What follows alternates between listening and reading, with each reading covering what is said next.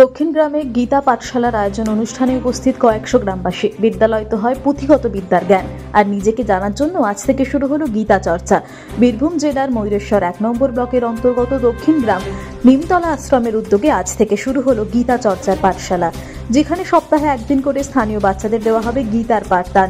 বীরভূমের স্বেচ্ছাসেবী সংগঠন আত্মার আত্মীয়র পক্ষ থেকে এই পাঠদান করা হবে গীতা পাঠশালায়, যেখানে স্থানীয় বাচ্চারা এসে গীতা পাঠ করতে পারবে।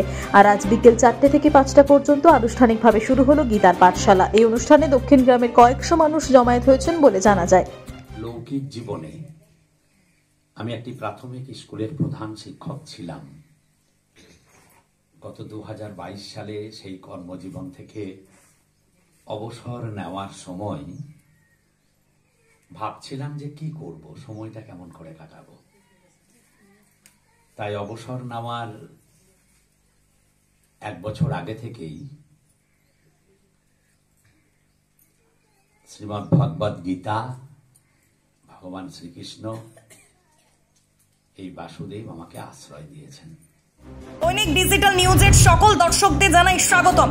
যে সমস্ত দর্শকরা আমাদের চ্যানেলটি এখনো ফলো বা সাবস্ক্রাইব করেননি, তাদের জানাবো খুব তাড়াতাড়ি আমাদের ফেসবুক পেজটি ফলো ও ইউটিউব চ্যানেলটি সাবস্ক্রাইব করে রাখুন। ধন্যবাদ।